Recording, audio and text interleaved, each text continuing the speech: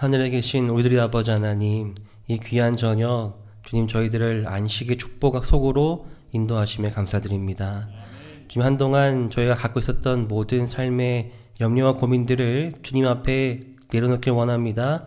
주님께서 오늘 주의 종을 통하여 말씀해 주실 때에 우리 마음에 위로가 되고 우리 마음에 부족한 부분들이 채워지는 은혜의 시간 되게 하여 주시옵소서.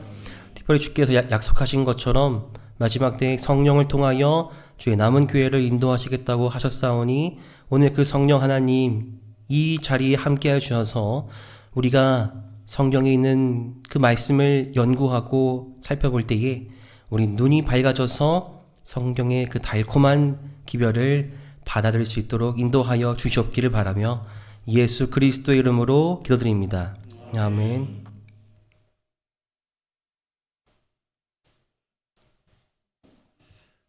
오늘 말씀은 우리 이영수 장로님께서 말씀해 주시겠습니다. 우리 말씀을 듣기 전에 찬미 383장 하시겠습니다. 383장입니다.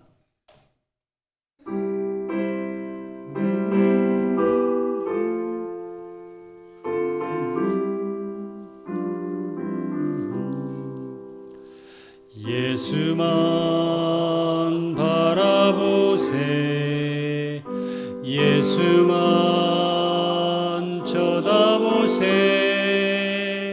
믿음의 주 대신 예수만 바라보세. 예수만 생각하세,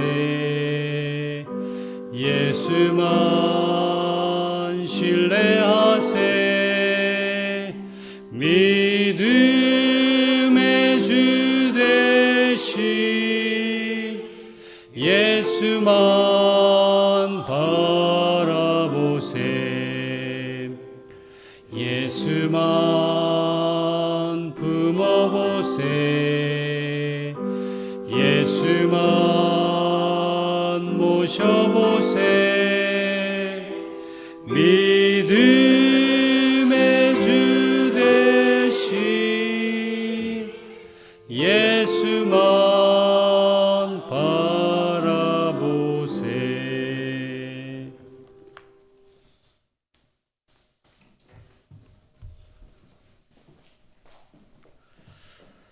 여러분 안녕하십니까? 오늘 귀한 성일에 부족한 제가 우리 담임 목사님이 세워주셔서 주님께서 하라고 하는 그런 명령으로 알고 제가 이 자리에 서게 되었습니다. 이 시간에 제가 여러분과 함께 나눌 말씀은 예언에 나타난 성령의 역사인데 성령 운동의 패턴에 대해서 살펴보도록 하겠습니다. 그러니까 우리가 그냥 사견으로 성경을 보면 안 되고 성경과 증언에서 마지막 성령 운동이 어떻게 전개될 것인지를 우리에게 반복적으로 설명을 해 주시고 있기 때문에 오늘이 이제 이 세상에 복음을 전파해야 될 사명을 가진 빛을 가진 하나님의 백성들로서 이 주제는 중요한 의미가 있다고 생각을 합니다. 저는 이 진리를 몰라서 주의를 열심히 지키면서 중3 때까지 살았습니다. 그런데 중3 때 저희 아버지의 인도로 재림교회를 처음 방문하게 되었습니다. 그런데 문을 열고 들어가면서 깜짝 놀랐어요. 그 앞에 프랜카드가 붙어 있는데 36학교에 진학하는 길과 목회자가 되는 길 이렇게 딱 써 있어요. 그래서 그때 제가 하나님 앞에 은밀히 하고 있던 기도는 하나님, 제가 장로교회 가서 신학을 할까요? 침례교회 가서 신학을 할까요? 저는 어디로 가야 합니까? 평생 복음을 전하는 사명을 감당하며 살고 싶은데 저는 어디로 갈까요? 라고 기도하고 있었는데 문을 딱 열고 들어가는 순간에 36고등학교에 가서 36대학에 가서 신학을 해라. 그런 하나님의 음성으로 들었기 때문에 그때 저는 처음으로 안식일에 대해서 설교를 듣게 되었고 그 절절히 그 주시는 말씀이 지금까지 기억이 납니다. 얼마나 은혜를 받았는지. 그리고 너무나 놀랐습니다. 왜 사람들은 이 안식일을 모르고 일요일이 예배일인 줄 알고 일요일을 지키고 있을까? 충격이었어요. 그래서 그 시간이 마친 다음에 그 원치재 목사님이 강사하셨는데 제가 또 친구를 하나 데리고 갔었는데 친구와 같이 절을 했습니다. 절을 하고 제가 이제 안식일을 지키겠습니다. 그리고 제가 삼육대학에 가서 신학을 하겠습니다. 이렇게 약속했던 기억이 납니다. 근데 저는 정말 몰랐어요. 근데 알고 나니까 너무 이 진리가 큰 거라는 걸 깨달았어요. 정말 충격이었고 진리는 제 인생을 송두리째 바꿔왔습니다. 그러면서 이제 재림 교인이 되었고 또 재림 교회에 다니면서 화이 선지자의 글을 읽으면서 세상에 이런 진리가 있나. 그래서 이제 20대 때 처음 시대의 소망을 접했는데 이 시대의 소망의 그 챕터마다 말씀이 너무 귀해서 하루에 2챕터를 읽을 수가 없어요. 이게 이렇게 드라마틱한 이 말씀이 보니까 뭐 80 몇 챕터까지 있는데 그 기간이면 다 끝날 것 같아가지고 좀 더 오래 읽고 싶어서 막 밑줄 긋고 그렇게 읽었던 기억이 납니다. 그러면서 이제 저는 끊임없이 생각하게 되었습니다. 하나님께서 나에게 이렇게 진리를 주신 목적이 무엇일까? 왜 이 수많은 사람 중에 나를 진리로 부르셨는가? 그래서 그게 참 감사하고 오늘까지 빚진 자로 살고 있습니다.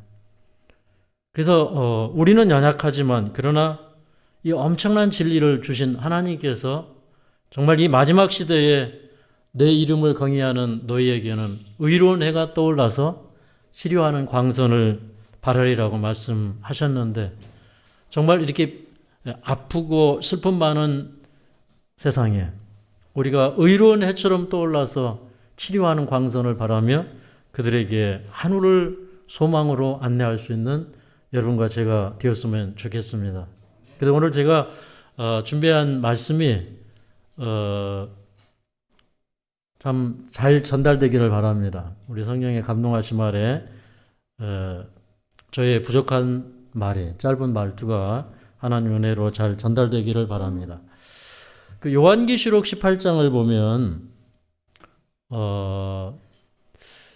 두 패턴이 나타나는데 일요일 휴업령을 전으로 후로 해서 두 음성이 나타납니다. 근데 이 18장 2절에 보면 온 땅을 화나게 하는 큰 음성이 있는데 여기 이제 이 음성을 힘센 음성이라고 얘기하고 있습니다. 그런데 또 4절을 보니까 다른 음성이 또 나와요. 그러면 이 계시록 18장을 읽을 때 힘센 음성은 무엇이고 다른 음성은 무엇인가 궁금해해야 되죠. 당연히 궁금해야 됩니다.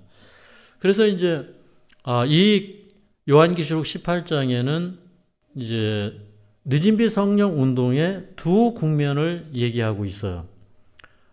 대쟁투 38장의 최후의 경고라고 하는 장을 읽어보면 거기도 이제 이 최후의 경고가 어떻게 세상에 주어질 건지를 쭉 설명하면서 중간에 소제목이 있는데 새 국면이라고 그렇게 되어 있어요.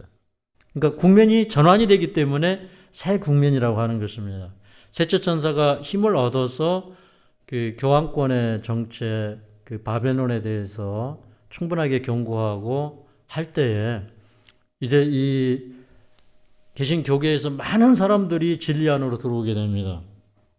그때 사람들은 자기 목사님에게 가서 정말 성경이 그렇게 기록되어 있습니까? 라고 물어봅니다. 근데 그 목자들이 대답을 못하니까 교회가 국가의 호수에서 일요일 휴업령을 가져오는데 그것을 설명하기 바로 직전에 소제목이 새 국면이라고 그렇게 되어 있어요. 그러니까 일요일 휴업령은 무엇인가 국면 전환을 가져옵니다. 그래서 일요일 휴업령을 준비시키기 위해서 늦은비의 역사가 필요합니다. 온 땅을 환하게 비추는 그런 정말 교회가 가지고 있는 가마력을 발휘를 해야 됩니다.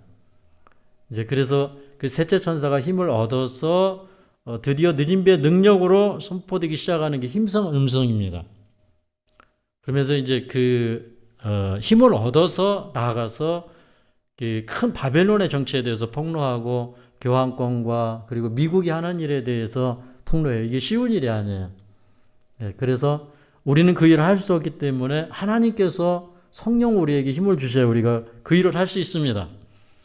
그런데 이제 그럼에도 불구하고 교회는 국가에 호소를 해서 일요일 법령을 내리게 되면 그때부터 이제 예수님을 십자가에 못 박을 때에 죄악의 잔이 차고 예루살렘의 멸망이 확정되었던 것처럼 마지막에도 일요일 휴업 법령은 죄악의 잔이 차는 사건이 됩니다. 그러면서 이제 재앙의 방울들이 떨어질 때 내 백성아 거기서 나와 그의 죄에 참여하지 말고 그의 받을 재앙들을 받지 말라고 하는 마지막 경고가 능력 있게 선포되면서 이제 우리는 더 큰 수확을 하게 되는데 늦은 비는 과거 시제로도 표현이 되고 현재 시제로도 표현이 되고 미래 시제로도 표현이 됩니다. 늦은 비는 이미 왔다. 늦은 비는 이미 내리고 있다. 현재도 내리고 있다. 지금은 늦은 비의 때이다라고는 현재 시제가 있고 늦은 비는 내릴 것이다라고는 미래 시제가 있습니다. 근데 이거를 항상 이렇게 우리는 이제 종합을 해보면 사실 늦은 비의 역사는 언제든 있을 수 있고 있어야 합니다. 그것이 빠를수록 좋아요. 그렇기 때문에 오늘 이제 균형진 이해를 우리가 해보는 그런 시간을 가져보도록 하겠습니다. 자, 이제 밑에 제가 그 표를 그려놓았죠. 자, 1절부터 3절. 1절부터 3절은 일요일 휴업령을 경고하는 음성이라면 이제 4절부터 5절까지는 일요일 휴업령이 내리면서 혹은 내린 후에 또는 일요일 휴업령과 더불어서 이제 불러내는 음성의 국면이라고 이렇게 나누어 볼 수가 있습니다. 여러분, 이제 이른 비는 곡식에 싹이 나게 해요. 그러면 늦은 비는 곡식을 어떻게 합니까? 곡식의 수확을 위해서, 그러니까 열매가 연글도록 하기 위해서 늦은 비가 필요합니다. 그리고 그 늦은 비로 인해서 곡식이 연글면 수확을 해야 되잖아요. 그래서 그걸 곡식이 연글었을 때 인을 쳐요. 늦은 비, 인침, 그 다음에 죄의 도말. 이게 이제 그 지성소 봉사의 사업이고 셋째 천사의 기별의 핵심입니다. 늦은 비는 마지막 수확을 위해서 필요합니다. 근데 이제 이 늦은 비를 일요일 휴업령을 기점으로 해서 첫째 국면과 둘째 국면으로 나누어서 본다면 첫째 국면에서 늦은 비의 필요성은 온 땅을 환하게 해야 되니까 큰 성령의 역사가 필요합니다. 여러분, 저는 오늘 대중투 총서 서문에 보면 대중투 총서 서문을 누가 썼는지 아십니까? 여러분, 부조화 선지자 읽으시기 전에 대중투 총서 서문을 꼭 읽어보시기 바랍니다. 그래서 저는 이제 그 서문을 우라이아 스미스가 썼는데 그걸 읽으면서 우리 믿음의 선조들은 너무 훌륭했구나 하는 사실을 깨닫게 되었어요. 그래서 이제 고린도전서 12장에 있는 말씀을 설명합니다. 고린도전서 12장을 우리 함께 펴서 좀 보시도록 하겠습니다. 우리 성경 가지고 계신 분은 고린도전서 12장에 있는 말씀을 보겠습니다. 사도 바울은 교회 안에 있는 성령의 역사에 관하여 많은 사람들이 바로 이해하기를 원합니다. 그래서 1절에 보면 형제들아 신령한 것에 대하여는 내가 너희의 알지 못하기를 원치 아니하노니라고 얘기합니다. 자, 그러면서 8절에 보면 어떤 이에게는 성령으로 말미암아 지혜의 말씀을, 어떤 이에게는 같은 성령을 따라 지식의 말씀을, 다른 이에게는 같은 성령으로 믿음을, 어떤 이에게는 한 성령으로 병 고치는 은사를, 어떤 이에게는 능력 행함을, 어떤 이에게는 예언함을, 어떤 이에게는 영을 분별함을, 다른 이에게는 각종 방언 말함을, 어떤 이에게는 방언들 통역함을 주시나니. 또 그 다음에 이런 많은 다양한 은사도 주시지만 여기 28절에 보면 이렇게 얘기합니다. 하나님이 교회 중에 몇을 세우셨으니 첫째는 사도요, 둘째는 선지자요, 셋째는 교사요, 그 다음은 능력이요, 그 다음은 병 고치는 은사와 서로 돕는 것과 다스리는 것과 각종 방언을 하는 것이라. 근데 이런 얘기를 우라이아 스미스도 같이 얘기하면서 성령의 이런 은사와 역사는 그치지 않고 계속되어야 한다고 얘기합니다. 특별히 마지막 시대에 하나님의 백성들은 하나님의 계명과 예수의 증거를 가지고 있는데 그 예수의 증거가 뭐냐면 19장 7절에 예수의 증거는 무엇이라? 대언의 영이라. 그럼 대언의 영은 쉽게 말하면 성령을 받아서 예언하는 것입니다. 예. 근데 그 성령을 받아서 예언한다고 할 때 그 예언이라고 하는 것은 성령의 모든 은사들을 포함하고 있는 것들이에요. 그래서 사실 이 마지막 교회는 교회 안에 병 고치는 능력도 있어야 되고 능력 행함도 있어야 돼요. 정말 교회는 큰 가마력을 가지고 있어야 돼요. 교회는 정말 그리스도께서 함께 하시고 그리스도께서 역사하시는 것이 증거되어야 돼요. 그러면 교회가 그런 능력을 갖추게 될 때 정말 이 세상을 향하여는 의로운 해가 떠올라서 온 세상에 치료하는 광선을 바라게 될 것입니다. 육적으로 영적으로 다 온전케 하고 치료하는 역사가 이루어질 거예요. 그런데 그런 은사를 주시는 이유가 무엇이냐면 에베소서 4장 11절 12절 거기 보면 이제 교회 안에 선지자도 주시고 사도도 주시고 또 이렇게 복음 전하는 그런 그 은사도 주시고 능력도 주시고 이제 그렇게 하는 것은 성도를 온전케 하며 또 봉사의 일을 하게 하려 하심이라고 했거든요. 그러니까 봉사도 사실은 성령이 충만해서 해야 됩니다. 그러니까 저는요 하나님의 말씀이 능력이라는 것을 정말 뼈저리게 깨달았어요. 제가 처음에 믿음으로 말미암는 의를 공부하고 싶었어요. 그래서 정말 거듭나고 싶은데 어떻게 해야 거듭나는지 이런 것들이 너무 궁금할 때 한 장로님과 성경 공부를 하게 되었는데 그분이 로마서를 딱 피면서 첫 마디가 이 말씀이었습니다. 복음은 능력입니다. 이것을 이해하지 못하면 믿음으로 말미암는 의를 이해할 수가 없습니다. 그래. 그런데 복음은 정말 능력이었어요. 왜 그러냐면 복음이 제 마음을 깨트리고 바꾸는 것을 경험했어요. 주님 안에서 모든 계획들이 내려지고 제가 주님 안에서 새로운 삶을 향해서 출발하는 그런 변화가 이루는 것을 느꼈습니다. 그러면서 하나님의 말씀이 믿어지는 거예요. 하나님의 말씀을 진짜 신뢰하고 믿으면 병도 낫고 완치될 수 있다는 게 믿어지는 거예요. 그런데 그러다 보니까 정말 그 기도의 응답을 많이 받았어요. 그리고 지금 생각해 보면 하나님의 은혜가 아니면 도저히 할 수 없는 그런 경험도 했어요. 제가 2000년도에 그 베델수양원에서 봉사할 때 한 여자분이 오셨는데 연세는 한 50 가까이 되어 보이는데 배가 굉장히 불러요. 그래가지고 연만하신 분이 어떻게 임신을 하셔가지고 만삭이 되셨나 이렇게 생각을 했어요. 나중에 보니까 간암 말기라서 복수가 이렇게 찬 거예요. 그런데 한 20일 정도 저하고 같이 계리었어요. 근데 저는 제 마음속에 이분이 정말 하나님을 신뢰하고 믿으면 하나님께서 고쳐주실 것 같은 거예요.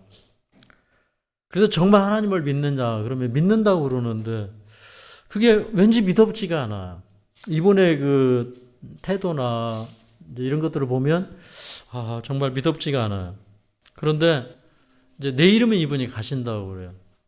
그날 저녁에 저는 주님 앞에 간절히 기도하게 되었습니다. 하나님, 이분의 복수라도 좀 빼주셔서 하나님이 살아계심을 보여주십시오 라고 간절히 기도하고 잤는데, 그 이튿날 이제 새벽에 아침 설교를 하기 위해서 계단에서 이렇게 딱 내려오는데, 정말 그 정원에 날씬한 여자분이, 정말 허리가 24인치예요. 막 날씬한 여자분이 사뿐사뿐 정원을 거니는 거예요. 보니까 이렇게 배가 만삭처럼 불러있던 그 여자분이에요. 근데 이분이 저한테 이렇게 얘기했습니다. 오늘 아침에요, 제가 이 복수가 소변으로 다 빠졌습니다. 그래요. 근데 여러분, 이게 복막으로 빠져있는 이 복수가 이렇게 그 뇨관을 타고 소변으로 나온다는 건 이거 의학적으로 불가능해요. 예. 근데 그래서 그걸 주사기로 빼거든요.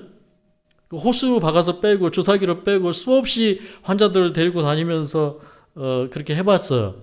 근데 이분은 하나님의 능력으로 그 아침에 시원하게 다 빠졌는데, 배가 이만했던 배가 어떻게 이렇게 날씬해질 수 있어요? 그건 하나님이 아니면 하실 수가 없는 일이에요.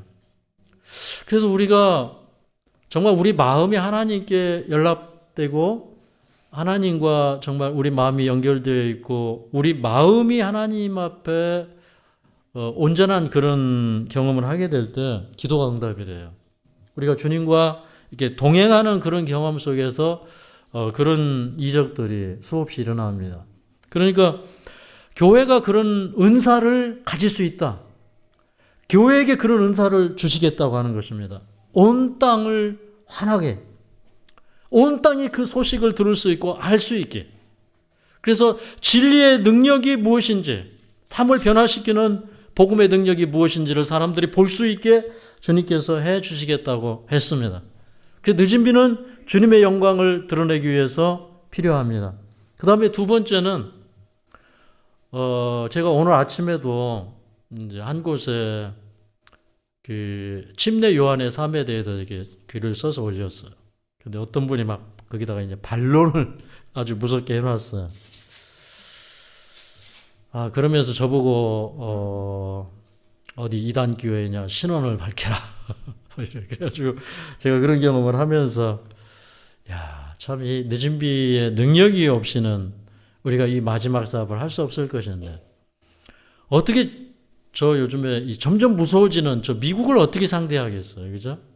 어떻게 우리가 저 교황권을 또 이 개신교계를 상대할 수 있겠습니까? 그런데 우리는 할 수 없지만 주님께서 우리에게 성령의 전신갑주를 주시면 우리가 할 수 있습니다. 그래서 우리는 힘센 음성으로 바벨론의 정체와 멸망을 선포해야 되기 때문에 늦은 비가 필요합니다. 교회정은 7권 17쪽에 있는 말씀 한번 읽어보겠습니다. 큰 소리로 시작.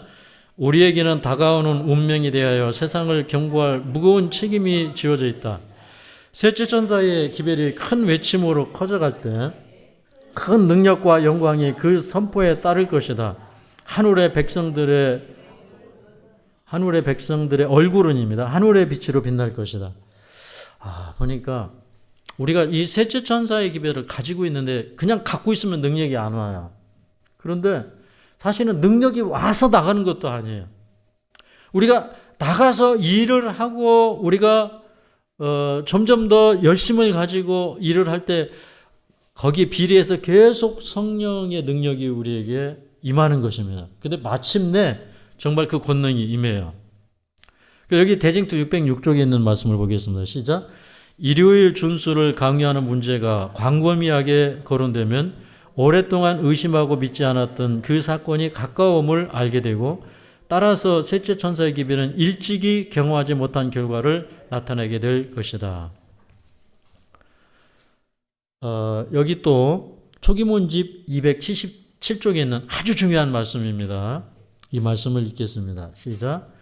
둘째 천사가 발한 바벨론의 무너짐에 대한 기별은 1844년 이후에 교회가 처해져 온 타락상을 재차 지적하면서 반복되었다. 이 천사의 사업은 마지막 큰 사업인 셋째 천사의 기별이 크게 외쳐질 때에 동시에 행하여졌다.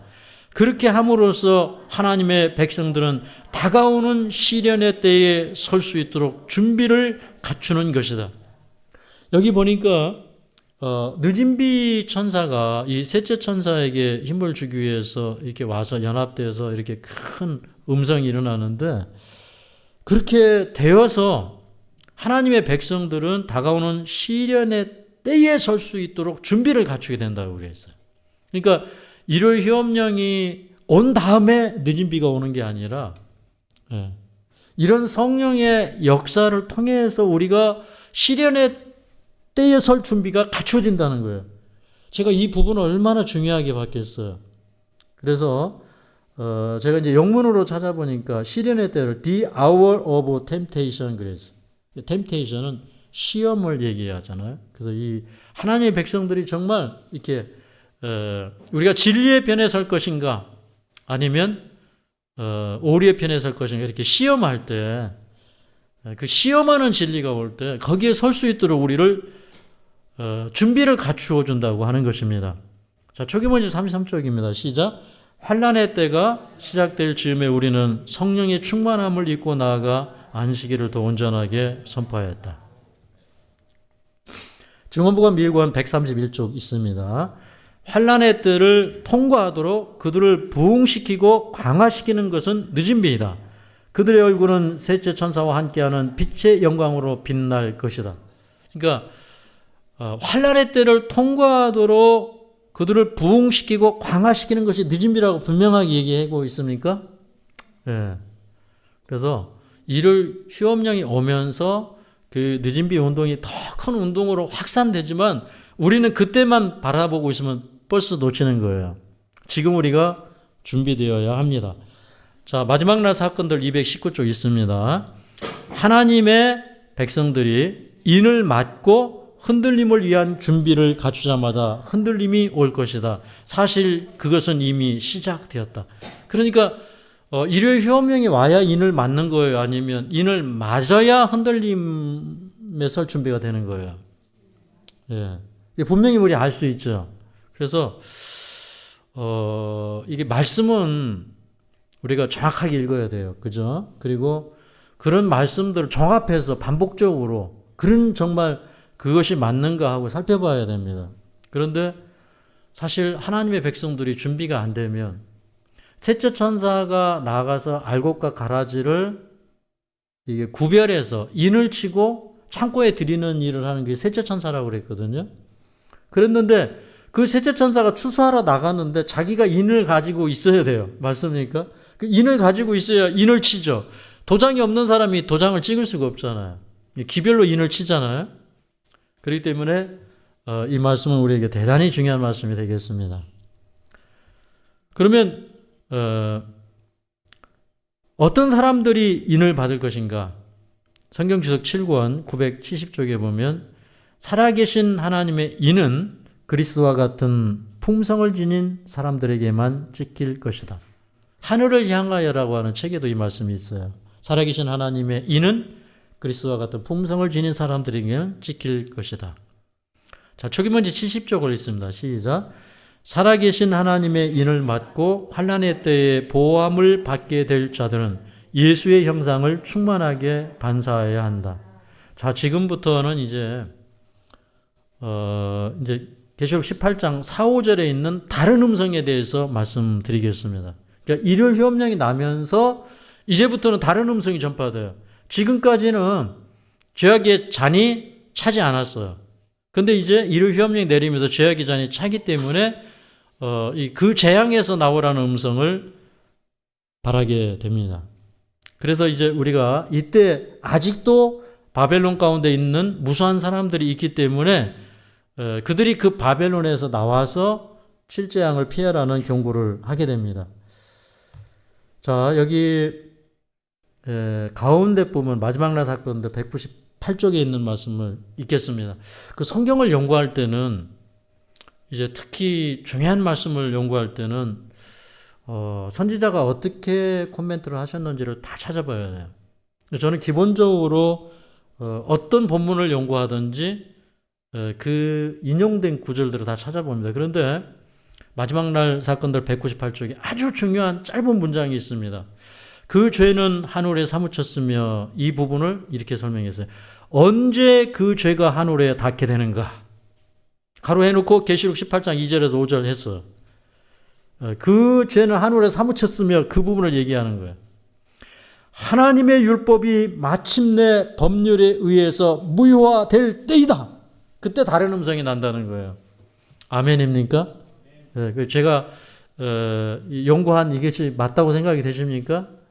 왜 그러면 이게 제 연구가 아니라 저는 모든 생각을 내려놓고 하나님께서 인도하시는 대로 말씀을 보기를 즐겨합니다. 그렇기 때문에 이 말씀은 대단히 중요한 깨달음을 저에게 주어졌습니다. 자, 예언의 도표를 통해서 이 늦은 비의 역사를 이렇게 살펴봤는데요.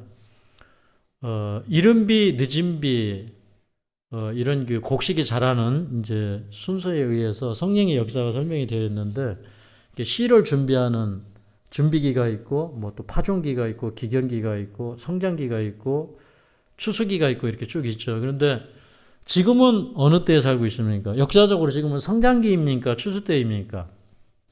추수 때, 그죠? 예, 추수 때. 이 추수 때 그 아랫부분을 보면 이제 조금 더 확대해서 이 부분을 다음 장에서 보겠습니다. 그 추수 때 부분을 우리가 좀 보겠습니다. 그럼 늦은 비가 올 수 있는 시기는 1883년, 88년부터예요. 왜 그러냐면 존스와 와그너가 믿음으로 말미암은 의의 기별을 증거하면서 그것이 이제 늦은 비의 기별이라고 했기 때문에 1888년부터 늦은 비의 때이고 그때부터 우리가 추수 때라고 볼 수가 있어요. 그러면 사실 이제 셋째 천사가 큰 힘을 얻고 능력을 발하기 시작하는 것은 이게 삼중연합이 이루어질 때, 짐승과 짐승의 우상과 거짓 선지자가 연합할 때, 그때 이제 일요일 협력이 결혼되기 시작하는 거죠. 그때부터 이제 우리가 점점 능력을 받으면서 예비적 큰 외침으로 나갑니다. 이제 일요일 협력이 마침내 내리면 이제 새 국면이 이루어져요. 투쟁의 새 국면이 되고 늦은 비의 새 국면이 되는데 이게 나누어져 있지만 사실은 지속되는 거예요. 맞습니까? 지속되는 역사를 좀 디테일하게 두 국면으로 나누어서 본 것입니다. 그러면 이제 자, 일요일 협령이 내려지면 이제 뭐 이게 사고 파는 게 문제가 되고 이제 그런 것들 때문에 우리가 잘못하면 우리 영혼들이 팔려나가고 이제 그렇지만 그 상고에 나가다가 마침내 무너질 것을 얘기하고 있고요. 그 다음에 이제 지금부터 한 15분 동안 볼 말씀은 이제 그러면 성경에는 마지막 성령의 역사가 성령 운동의 패턴이 어떻게 설명이 되어 있는가를 살펴보도록 하겠습니다. 자, 다니엘서 11장 44절부터 45절에 있는 말씀을 함께 읽겠습니다. 시작. 그러나 동북에서부터 소문이 이르러 그로 번민케 하므로 그가 분노하여 나가서 많은 무리를 다 도륙하며 진멸코자 할 것이요 그가 장막 궁전을 바다와 영화롭고 거룩한 산 사이에 베풀 것이나 그의 끝이 이르리니 도와줄 자가 없으리라. 자, 여기 보니까 이 북방 왕이 동북에서부터 오는 소문 때문에 번민하게 돼요. 동북에서부터 오는 소문은 신경원 목사님은 이게 세천사의 기별이라고 말씀을 하셨는데 이 동쪽은 인치는 천사가 올라오는 곳이죠. 그 다음에 북쪽은 하나님의 보좌가 있는 방향이잖아요. 그러니까 재림 기별, 세천사의 기별 다 됩니다. 그런데 그게 세상에 퍼지니까 교황이 번민해요. 그러면 분노하여 나가서 많은 무리를 도륙하며 진멸코자 해요. 그러니까 다 죽여버리는 게 진멸이에요. 이게 역사적으로 우리는 무엇이라고 불러요? 일요일 감죄 법령이라고 부르죠. 일요일 협령이죠. 이거 이해하시겠죠? 그런데 그때 그가 어떤 일을 합니까? 장막 궁전을 바다와 영화롭고 거룩한 산 사이에 베풀 것이나. 그러니까 여기 이게 장막 궁전이 이렇게 있어요. 장막 궁전이. 장막 궁전을 베풀어요. 그런데 어디에다 붙으면 이쪽은 바다예요. 많은 무리와 열국과 백성이 사는 바다예요. 이쪽은 영화롭고 거룩한 산인 하나님의 교회예요. 하나님의 교회가 이 동북에서부터 오는 소문을 이쪽으로 전하지 못하도록 가운데다가 뭘 베풀어요? 장막 궁전을 베풀어요. 그러면 이거 알 수 있어요. 장막궁전이 뭐예요? 큰 성 바벨론에 큰 바벨론. 그 음녀가 그 7머리 10뿔 짐승을 탔잖아요. 그런데 그 이마에 뭐라고 기록되어 있어요?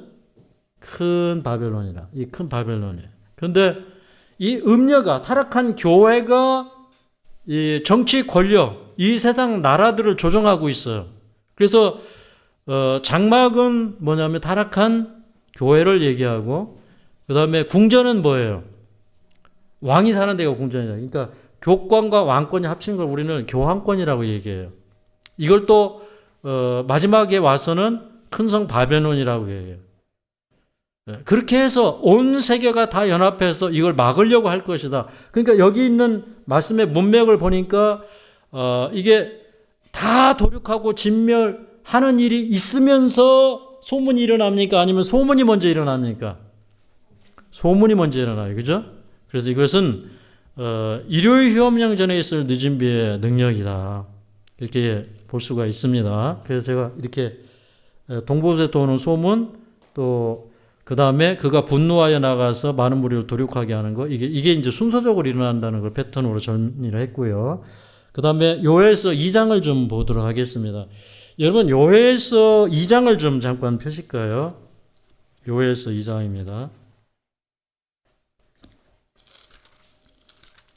자, 요엘서 2장을 보면 시온에서 나팔을 불며 나의 성산에서 호각을 불어 이 땅 거민으로 다 떨게 할지니 이는 여호와의 날이 이르게 됨이라. 이제 임박하였으니, 그러니까 여호와의 날, 재림의 날, 또 심판의 날이 가까이 올 때 우리는 이렇게 나팔을 불고 호각을 불어서 경고해야 돼요.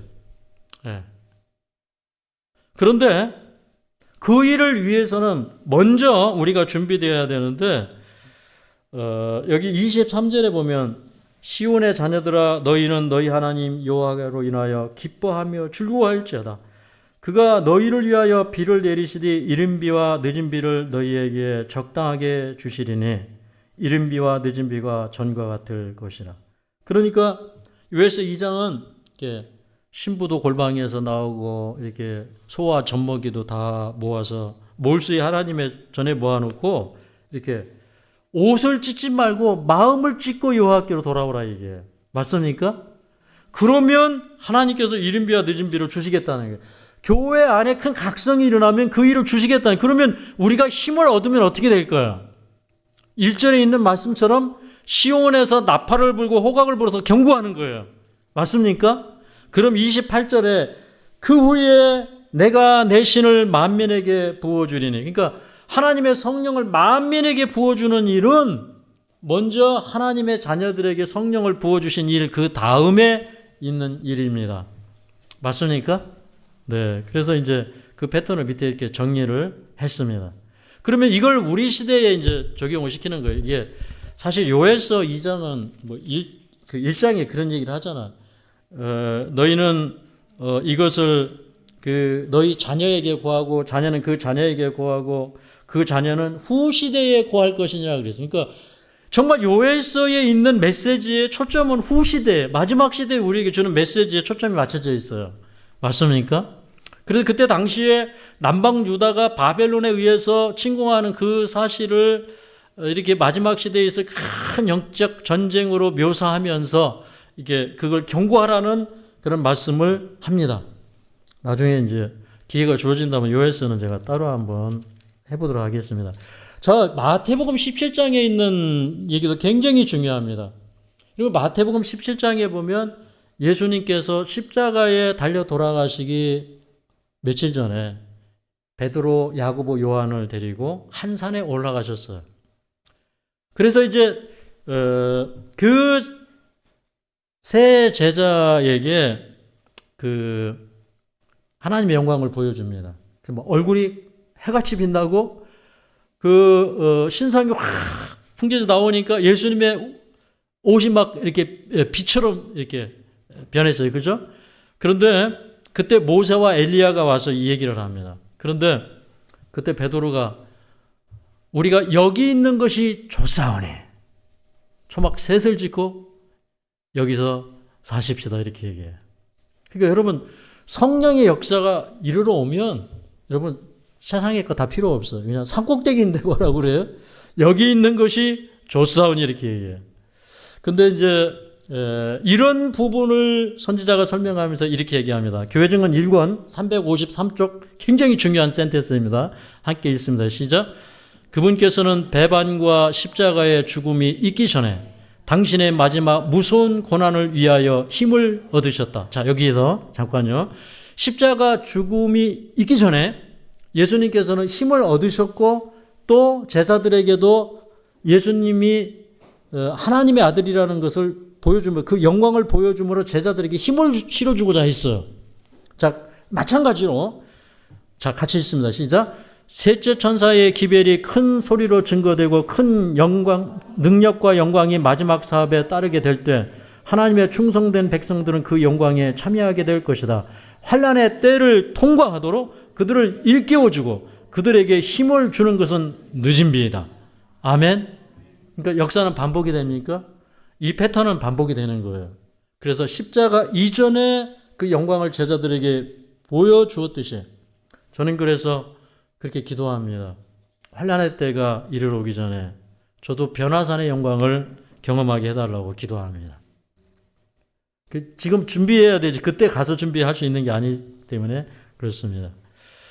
그럼 이제 이 선지자가 이렇게 적용을 시키셨기 때문에 이 말씀의 문맥을 따라서 십자가 이전의 변화산의 경험은 마지막 때 우리가 이를 휴업령 전에 갖게 될 그 늦은 비의 경험이다 이렇게 이해를 하시면 됩니다. 자, 그 다음에 요한복음 20장에 있는 이 말씀은 정말 저에게 신금을 울리는 그런 말씀입니다. 이 요한복음 20장에 보면 그 예수님께서 부활하신 첫날 저녁에 제자들을 만나십니다. 제자들이 무서워서 예루살렘에 한 다락방, 마가의 다락방에 숨었어요. 문 꽉 닫고 있어요. 그죠? 근데 엠마오로 가던 두 제자가 예수님을 만났어요. 근데 그들의 마음이 뜨거워졌던 건 누가복음 24장에 보니까 모세의 글과 시편과 선지자의 글에 예수님에 관하여 기록된 것을 예수님이 자세히 풀어서 설명할 때 말씀이 이해됐을 때 마음이 뜨거워졌어요. 맞습니까? 그리고 그 밤으로 달려서 제자들에게 갔어요. 그래서 그날 저녁에 또 예수님께서 그 제자들에게 똑같이 말씀을 풀어서 설명하십니다. 그런데 여기 요한복음 20장에 보면 자 21절을 읽습니다. 요한복음 20장 21절. 자, 이 말씀을 같이 읽으시면 됩니다. 시작. 이 말씀을 하시고 손과 옆구리를 보이시니 제자들이 주를 보고 기뻐하더라. 예수께서 또 가라사대 너희에게 평강이 있을지어다. 아버지께서 나를 보내신 것 같이 나도 너희를 보내노라. 숨을 내쉬며 가라사대 성령을 받으라. 참 이상한 일이에요. 앞으로 예수님이 부활하신 그날로부터, 그날이 이제 요제절이잖아요. 50일 뒤에 오순절 성령이 교회 안에 주어질 것이었어요. 근데 그날 저녁에 예수님의 제자들에게 예수님께서 숨을 내쉬며 가라사대 무엇을 받아? 성령을 받아라. 성령을 받았을까요? 제자들이 성령 받았어요? 네, 받았습니다. 여기에 이 말씀은 원고 1899년 15번에 있던 그 말씀인데 오순절에 전조하면서 이렇게 얘기했습니다. 그리스도께서 그의 제자들에게 숨을 내쉬며 성령을 받으라고 하신 것 그리고 그들에게 그의 평화를 나누어 주신 이 그리스도의 행동은 오순절 날에 주어질 풍성한 성령의 수낙비가 있기 전에 주신 약간의 빗방울과 같은 것이었다. 근데 약간의 빗방울 같은 것이 지금도 떨어지고 있습니까? 네. 그걸 인정하는 자에게 우리에게 내리고 있다 그랬어요. 그래서 저는 이걸 보면서 너무 저한테는 감동이 왔어요. 이거 감동이고 충격인 거예요. 그러니까 그 제자들에게 오셔서 아버지께서 나를 보내신 것 같이 나도 너희를 세상에 보내노라. 제가 이 말씀 읽을 때 참 많이 울었어요. 왜 그러냐면 저는 아무 자격이 없거든요. 그런데 예수님 우리에게 이렇게 말씀하시는 거예요. 아버지가 나를 세상에 보낸 것처럼 나도 너희를 세상에 보내노라. 그런데 그 일을 하기 위해서는 성령이 필요하시기 때문에 성령을 주신 거예요. 저는 이제 그 역사의 소용돌이의 시작은 사람들은 오순절이라고 합니다. 근데 성경을 자세히 보면 역사의 그 소용돌이는 이날 저녁에 시작이 되었어요. 아무도 몰랐습니다. 예루살렘은 여전히 조용했습니다. 그러나 그때가 찼고 그들에게 성령의 빗방울이 떨어졌습니다. 오늘날 저는 우리 시대가 이 같은 시대에 지금 살고 있는데 오늘날 우리가 이 다락방의 경험을 해야 된다고 저는 생각합니다. 그래서 그러면 제자들에게 먼저 성령의 빗방울을 주셨다면 마지막 늦은 비가 내리기 전에 우리에게도 먼저 늦은 비의 빗방울을 주시겠다고 하는 그 약속인 것을 저는 믿습니다. 또 그다음에 이 마태복음 21장에도 보면 예수님이 정말 온 성이 떠들썩하게 나귀를 타고 입성하셔요. 근데 나귀 타고 입성하시고 막 성령의 역사가 일어나고 성전에 들어가서 병자들을 고치시고 예언하는 일들이 일어나고 정말 굉장한 사건들이 주목을 끌었어요. 근데 예수님은 왕이 되셔서 십자가에 달려 돌아가셨어요. 십자가에 달려 돌아가셨어요. 왕이 될 거는 후의 일이었어요.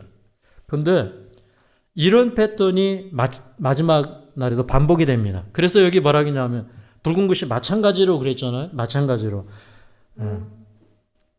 밤중 소리 때 이 운동이 반복이 되었어요. 그러니까 대실망이 오기 전에 밤중 소리가 일어날 때는 정말 재림이 될 줄 알았어요. 큰 성령의 역사가 일어났어요. 근데 대실망이 왔어요. 마찬가지로 여기 마찬가지로 얘기할 때 우리는 그 마찬가지로 하나 더 이해해야 돼요. 일요일 휴업령이 오기 전에 이 밤중 소리의 역사는 반복이 될 것입니다. 오순절 성령이 나타나기 전에 일요일 휴업령이 이리로 오기 전에 이렇게 나귀를 타고 입성하실 때 큰 성령의 역사가 일어났던 것처럼 정말 어린 아이들이 입술이 온전케 되어서 막 예언하는 일들이 일어났잖아요. 그죠? 근데 그런 일들이 우리 재림교회 안에 일어날 것을 저는 확신합니다.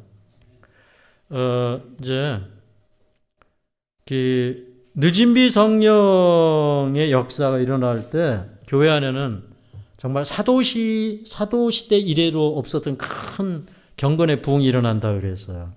현저한 회심의 경험들이 일어나고 그 다음에 사람들이 이렇게 전신갑주를 입고 능력으로 옷 입고 셋째 천사의 큰 외침으로 나아갑니다. 거룩한 능력이 인간의 노력과 연합하게 될 때 이 사업은 마치 집돈불에 불이 번지는 것처럼 그런 속도로 확산될 것이다 그랬어요. 스가랴 12장에 보면 그 나무단 사이에 화로 왔겠다 그랬어요. 그러니까 나무단 가운데도 화로를 놓으면 나무단이 어떻게 돼요? 다 타버리죠. 오순절 성령의 역사를 스가랴서 12장에 예언한 거예요. 근데 마지막에도 그런 역사가 반복이 될 것입니다. 근데 지금은 늦은 비의 때라고 현재 시제로 얘기합니다. 어떤 역사적인 그런 사건을 동반하면서 이르러온 늦은 비, 그 미래에 올 것이에요. 하지만 지금은 또 그 시기이기도 하고 또 그 시기를 우리가 앞당길 수도 있습니다. 지금 늦은 비를 받는 것은 특권이라고 얘기하고 있습니다. 여기 빨간 글씨만 읽어보겠습니다. 시작. 늦은 비는 우리 위에 떨어지는 은혜의 이슬과 소나기를 인정하고 적용시키는 모든 사람에게 내리고 있다. 늦은 비는 내리고 있습니다. 콜리어는 일요일 시험령이 와야 죄의 도말, 인침, 늦은 비가 있다고 얘기했어요. 그런데 우리 지금 다 살펴봤죠. 인침도 이미 이루어지기 시작했고 화이트인 당시에 인침받은 사람이 있어요. 또 존스도 그 당시에 설교할 때에 그 존스의 기별을 받는 사람들은 지금이 큰 해침의 때라고 그렇게 믿었습니다. 이 본문도 굉장히 중요한 얘기입니다. 그 다음에 인침은 이미 시작이 됐어요. 그죠? 그리고 지금 죄의 도말을 받으라고 합니다. 그러니까 일요일 휴업령 난 다음에 받으려고 하지 말고 지금 우리가 죄의 도말을 받도록 하라는 것입니다. 죽은 자의 심판이 계속 되어져 왔지만 언제 산자의 심판이 될지 모른다 그랬어요. 지금 어쩌면 산자의 심판이 이루어지는 시대에 살고 있는지도 몰라요. 늦은 비를 위해서 우리 준비해야 되겠습니다. 정말 이 셋째 천사의 기별에 체험적인 지식이 필요합니다. 또 우리 생애에 정말 죄로부터 정결케 되는 그런 경험이 일어나야 됩니다. 우리에게 참 많은 말씀들을 주셨어요. 우리 마음의 그릇을 순결하게 하라고 말씀하십니다. 이런 말씀들 여러분이 그 정언에 있는 말씀들을 다 찾아서 읽어보시면 그 늦은 비를 위한 준비가 될 것이라고 저는 생각합니다. 근데 모든 것은 마음을 주님께 드림으로 시작이 돼요. 그죠? 우리가 예수님 사랑하고 나는 아무것도 할 수 없지만 주님의 능력을 할 수 있습니다라고 고백하면서 주님을 의지하면 우리는 늦은 비 역사에 참여할 수 있으리라고 생각을 합니다. 제가 기도하고 마치겠습니다. 자비로우신 우리 아버지, 오늘 귀한 성일에 저희들이 이 땅에서 살아가는 우리의 목표와 우리가 이 땅에 있어야 되는 존재 이유에 관해서 생각할 수 있는 시간을 주셔서 감사합니다. 우리가 정말로 주님의 사람이 되기를 원합니다. 성령의 역사 가운데 우리가 거듭나고 자라나기를 원합니다. 점차로 우리가 주님의 능력에 힘입기를 원합니다. 주님, 우리는 연약합니다. 우리와 함께하여 주시옵소서. 오늘 저녁에 다시 한번 우리의 사명을 생각하게 하여 주시옵소서. 오늘 이 세상에 다가오는 그 운명의 날이 우리에게 있음을 알고 그날을 위하여 준비할 수 있는 저희들이 되도록 축복하여 주시옵소서.